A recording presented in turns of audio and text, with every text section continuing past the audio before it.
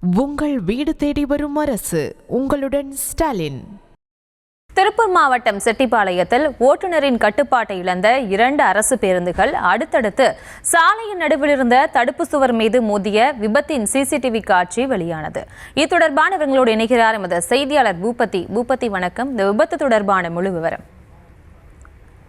வணக்கம். அதாவது தென்காசியிலிருந்து திருப்பூர் நோக்கி வந்த அரசு பேருந்து அதிகாலையில் வந்து கொண்டிருக்கும் பொழுது, அதாவது கோவில்வெளி பேருந்து நிலையத்தை தாண்டி திருப்பூர் பழைய பேருந்து நிலையத்துக்கு வரும் இடைப்பட்ட தூரமான அந்த செட்டிப்பாளையம் அப்படின்ற பகுதியை கடக்கும் பொழுது அந்த இடம் வந்து மிகவும் குறுகலாக சாலை உள்ள சூழ்நிலையில் வந்து அந்த இடத்தில் வந்து அதாவது அந்த அதிகாலை நேரத்தில் சாரல் மழையும் தொடர்ந்து பெய்து வந்த நிலையில் வந்து அந்த வண்டி அந்த பேருந்து வேகம் காரணமாக வந்து ஓட்டுநரின் கட்டுப்பாட்டை இழந்து வலதுபுறமாக வாகனம் நேரடியாக மோதி டிவைடரில் மோதி அந்த பேருந்தான கவிழ்ந்து சாய்ந்து நின்றது.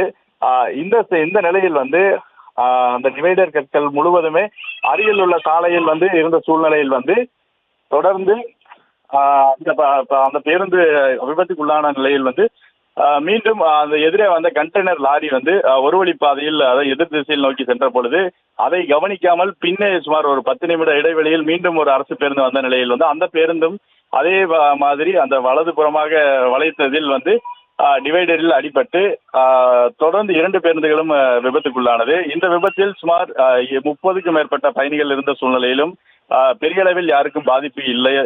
இருந்தாலும் அந்த கண்காணிப்பு கேமரா காட்சியை வெளியாகி பரபரப்பை கிளப்பியுள்ளது. விவரங்களுக்கு நன்றி பூபதி. உங்கள் வீடு தேடி வரும் அரசு.